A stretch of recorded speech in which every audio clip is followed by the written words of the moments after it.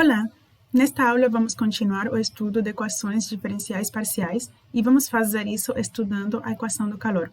Especificamente, vamos estudar o fluxo de calor numa barra homogênea construída em material condutor de calor e vamos supor que essa barra tem comprimento L e também que a dimensão da seção lateral dessa barra é muito pequena e, portanto, vamos desprezar essa dimensão.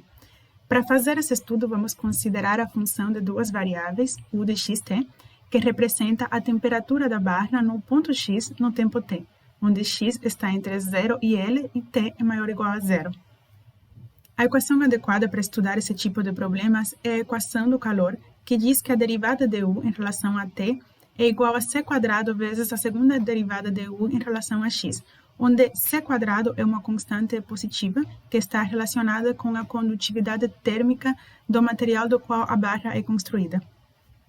Para estudar esse problema, vamos considerar dois tipos diferentes de condições de fronteira. Primeiramente, vamos estudar o caso de extremidades isoladas, que ocorre quando o fluxo de calor através das extremidades da barra é igual a zero, ou seja, quando não ocorre troca de calor com o exterior. Matematicamente falando, vamos expressar essa condição dessa forma aqui. Derivada parcial de u em relação a x, nos pontos 0t e nos pontos lt se anulam para todo t maior ou igual a zero. Outro tipo de condição de fronteira que vamos estudar é quando elas estão mantidas a temperaturas fixas. Vamos dizer que o extremo esquerdo está mantido a temperatura A e o extremo direito a temperatura B, ou seja, para todo t, u de 0t é igual a A e u de lt é igual a B. E isso para todo t maior ou igual a zero. O caso de extremidades isoladas vai ser estudado na aula de hoje, e o caso de extremidades mantidas a temperaturas fixas vai ser estudado na próxima aula. Bem, antes de apresentar o exemplo, vejam aqui uma animação que representa o fluxo de calor numa barra de comprimento L. Aqui embaixo temos uma escala de cores, onde azul é a cor mais fria e vermelho é a cor mais quente, e no gráfico podemos ver que a barra inicialmente tinha a temperatura dada pela função f de x igual a x, e aqui estamos podendo observar como a temperatura está evoluindo com o tempo. Repare que olhando para essa animação, parece que a temperatura está convergindo para a temperatura uniforme. E essa suspeita vai ser confirmada quando, ao final do exercício, tivermos uma fórmula explícita para a função u de xt. Vamos poder ver que o limite, quando t vai para infinito, vai ser uma função constante em x. Bem, vamos resolver agora aqui esse problema que estuda o fluxo de calor numa barra de comprimento L. Estamos assumindo nesse exemplo que temos fronteiras isoladas, e isso pode ser visto aqui nessas condições de contorno. Estamos assumindo também que a constante c² é igual a 1 e que a temperatura inicial da barra, ou seja, a temperatura no tempo zero, é dada pela função f de x. Usaremos o método de separação de variáveis, que, como a gente tinha visto anteriormente, consiste em procurar soluções u de xt que sejam da forma φ de x vezes ψ de t, ou seja, produto de uma função que depende apenas de x com uma função que depende apenas de t. Substituindo esse produto aqui na equação diferencial, chegamos a que as funções φ e ψ devem satisfazer essa condição aqui, ou seja, φ de x vezes a derivada de ψ em t é igual à segunda derivada de φ de x vezes ψ de t. Agora deixamos tudo que depende de t no lado esquerdo e tudo que depende de x no lado direito. Assim, ficamos com a seguinte equação. Essa igualdade para todo x e para todo t de duas funções, onde uma delas depende só de t e a outra depende só de x, é possível apenas se ambas funções forem constantes. Vamos escrever aqui que elas são iguais a uma constante que chamaremos de lambda. Considerando a igualdade da função que depende apenas de x com lambda, chegamos nessa equação diferencial onde a incógnita é a função φ. Vamos chamar essa equação diferencial de 1. E agora, considerando a igualdade entre o lado que depende apenas de t com lambda, chegamos nessa equação diferencial onde a incógnita é a função ψ. Essa equação diferencial vai ser chamada de 2. Agora vamos usar a condição de contorno que diz que a derivada de u em relação a x no ponto 0t se anula para todo t maior ou igual a zero. Usando a expressão que estamos considerando para a função u, essa condição implica que a derivada de φ em zero vezes a função ψ em t é igual a zero para todo t maior ou igual a zero. Isso implica que φ' de zero é igual a zero ou que ψ de t é igual a zero para todo t maior ou igual a zero. Veja que essa segunda possibilidade vai implicar que a função u se anula sempre. Isso seria uma solução trivial do problema e a gente não está interessada nela. Daí vamos concluir que φ' de zero é igual a zero. De maneira análoga, a condição de contorno que diz que a derivada parcial de u em relação a x no ponto LT para todo t maior ou igual a zero se anula, vai implicar que φ' de L é igual a zero. Agora, junto com a equação 1 e essas duas condições que foram obtidas a partir das condições de contorno do nosso problema, conseguimos montar esse problema de valores de contorno. E aqui precisamos encontrar os valores de lambda tais que esse problema possua soluções não triviais. Vamos resolver separadamente esse problema de valores de contorno em uma outra página e depois retornaremos aqui. Vamos ver agora para quais lambda esse problema de valores de contorno possui soluções não triviais. Vamos separar, como sempre, em três casos: lambda positivo, lambda negativo e lambda igual a zero. Vamos estudar primeiramente o caso lambda maior que zero. Então, vamos escrever que lambda é da forma μ ao quadrado, onde μ é um número real estritamente positivo. Dessa forma, ficamos com a equação diferencial φ' de x menos μ² φ de x igual a zero. Essa é uma equação de segunda ordem linear homogênea com coeficientes constantes, onde a equação característica possui as duas raízes reais diferentes, μ e menos μ. Portanto, a solução geral dessa equação diferencial vai ser dada por todas as possíveis combinações lineares de e na μx e e na menos μx. Aqui, a e b são números reais quaisquer. Para usar as condições de contorno, vamos precisar da derivada de φ. Então, vamos derivar a função φ e escrever a derivada aqui embaixo. Agora, note que φ' de zero é igual a μ vezes a menos b. Aqui temos que φ' de zero é igual a zero. Logo, esse produto aqui deve se anular.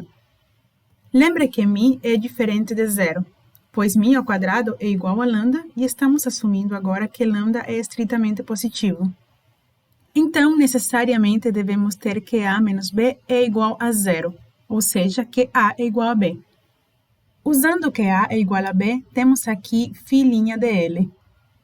Aqui em cima temos a condição de contorno que diz que φ' de L é igual a zero. Logo, esse produto aqui embaixo deve se anular também. Vamos usar mais uma vez que μ é diferente de zero. E agora note que para μ e L diferente de zero, e na μL vai ser diferente de e na menos μL. Portanto, essa subtração que temos aqui também é diferente de zero.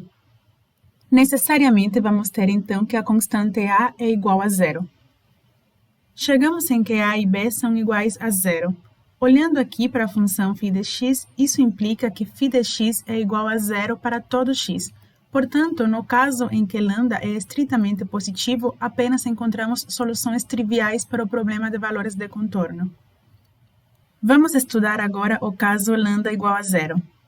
Aqui, essa equação diferencial vai se transformar em φ' de x igual a zero.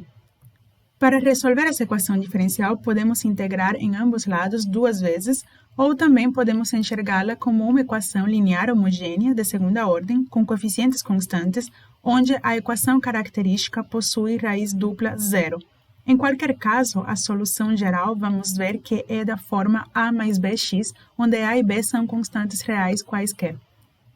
Para usar as condições de contorno, vamos precisar da derivada da função φ. Essa derivada vai ser igual a b. Agora vamos usar as condições de contorno do nosso problema. Essas condições foram escritas de novo aqui embaixo. Temos que φ' de zero é igual a zero e φ' de L é igual a L. Como temos que φ' de x é igual a b para todo x, essas condições vão implicar que b é igual a zero. Vejam que a gente não teve nenhuma restrição na constante a. Isso quer dizer que a constante a é livre. Então, no caso em que lambda é igual a zero, o problema de valores de contorno vai ter solução φ de x igual a, onde a é uma constante qualquer. Vamos analisar agora o caso lambda menor que zero. podemos escrever lambda como sendo da forma menos μ ao quadrado, onde μ é uma constante estritamente positiva. E a equação diferencial do problema de valores de contorno vai ser φ' de x mais μ ao quadrado φ de x igual a zero. As raízes da equação característica dessa equação diferencial vão ser os números puramente imaginários μi e menos μi. Portanto, a solução geral dessa equação diferencial vai ser dada por todas as possíveis combinações lineares das funções cosseno de μx e seno de μx.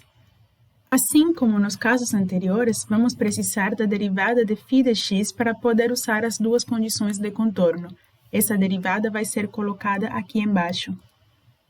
Veja que φ' de zero é igual a μ vezes b.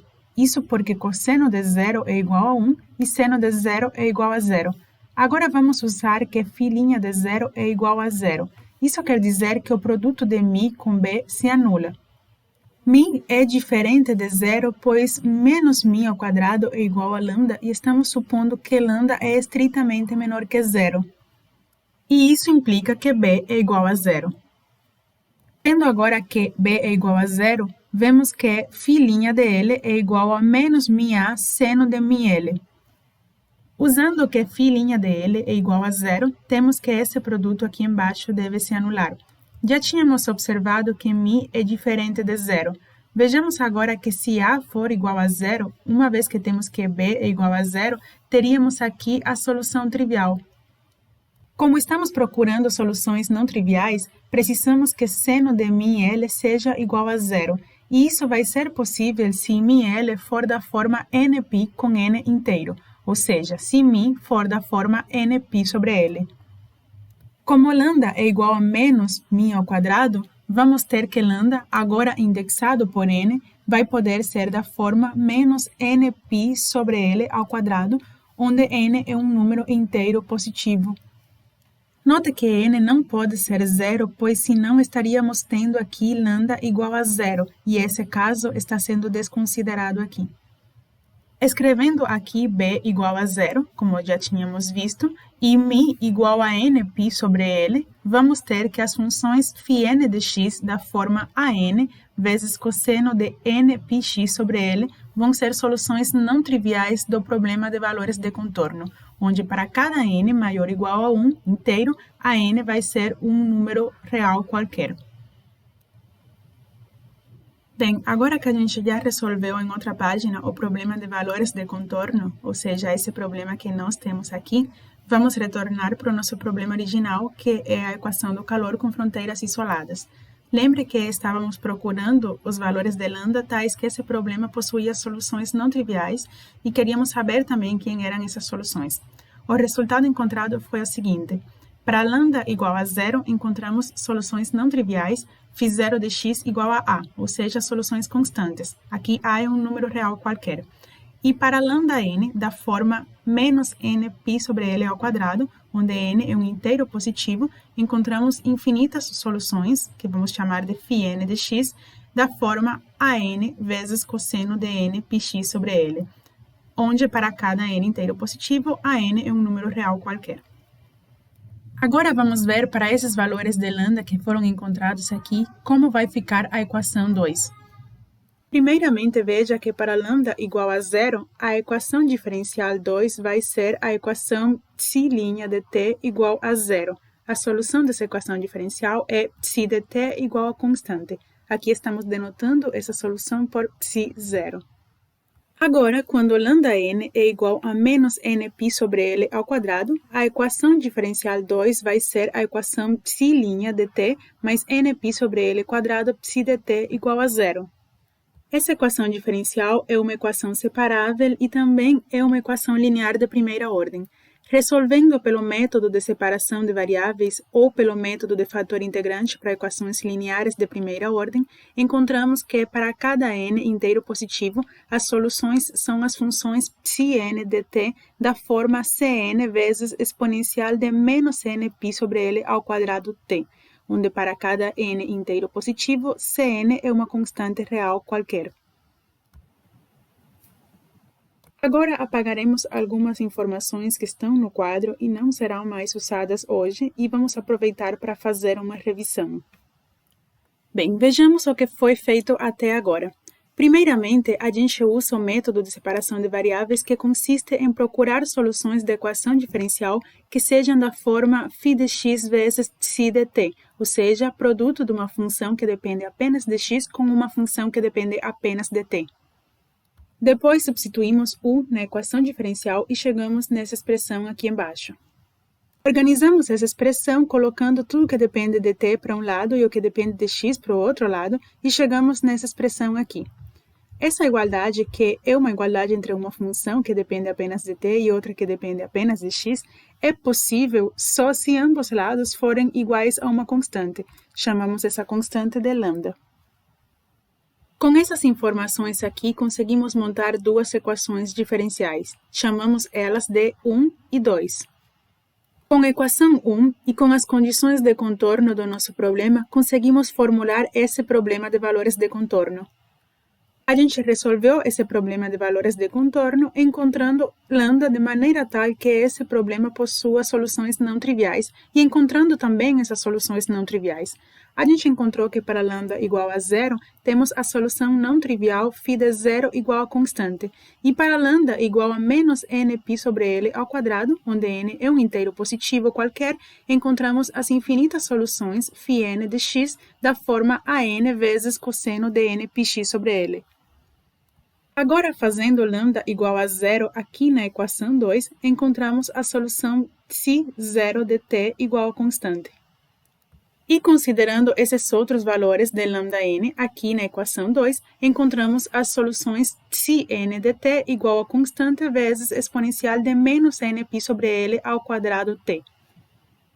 O próximo passo agora é considerar o produto de φ0 com ψ0 e o produto de φn com ψn para todo n maior ou igual a 1, e assim encontrar funções un de xt que satisfazem a equação do calor e também essas condições de contorno.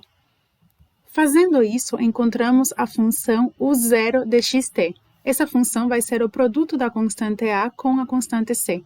Ambas são constantes arbitrárias, portanto, a gente pode dar o nome que a gente quiser a essa constante. A gente vai chamar ela de A0 sobre 2, por motivos que vão ficar claros depois. Agora vamos fazer o produto de φn com ψn, e assim vamos encontrar as funções un de xt, que vão ser da forma an vezes cosseno de nπx sobre L, vezes exponencial de menos nπ sobre L ao quadrado t. Essas constantes an que aparecem aqui vão ser o resultado da multiplicação de an com cn para todo n maior ou igual a 1. Como essas constantes todas são arbitrárias, a multiplicação delas vai ser uma constante arbitrária também que estamos escolhendo de chamar de an. Como a equação do calor e também as condições de contorno do nosso problema são homogêneas, vamos ter que soma de funções que satisfazem a equação e as condições de contorno também vão satisfazer a equação e as condições de contorno. Isso quer dizer que a função u de xt, definida como u0 de xt, mais o somatório de n igual a 1 até infinito de un de xt, vai ser solução da equação do calor e vai satisfazer essas condições de contorno.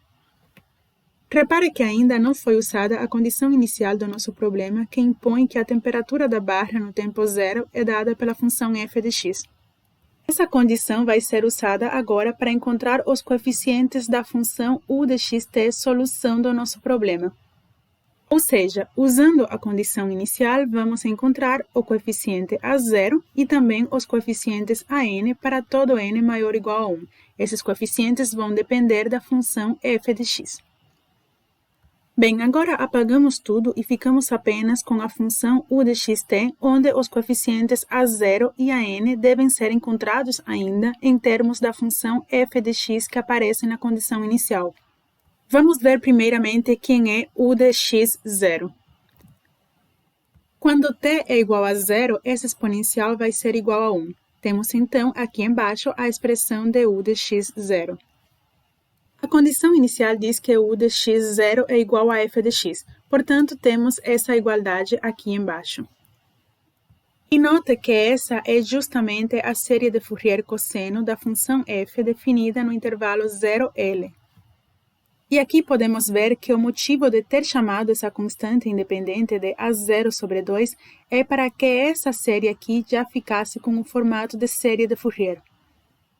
Usando a fórmula para os coeficientes da série de Fourier cosseno da função f, temos que o coeficiente A0 vai ser igual a 2 sobre L vezes a integral de 0 até L de f de x.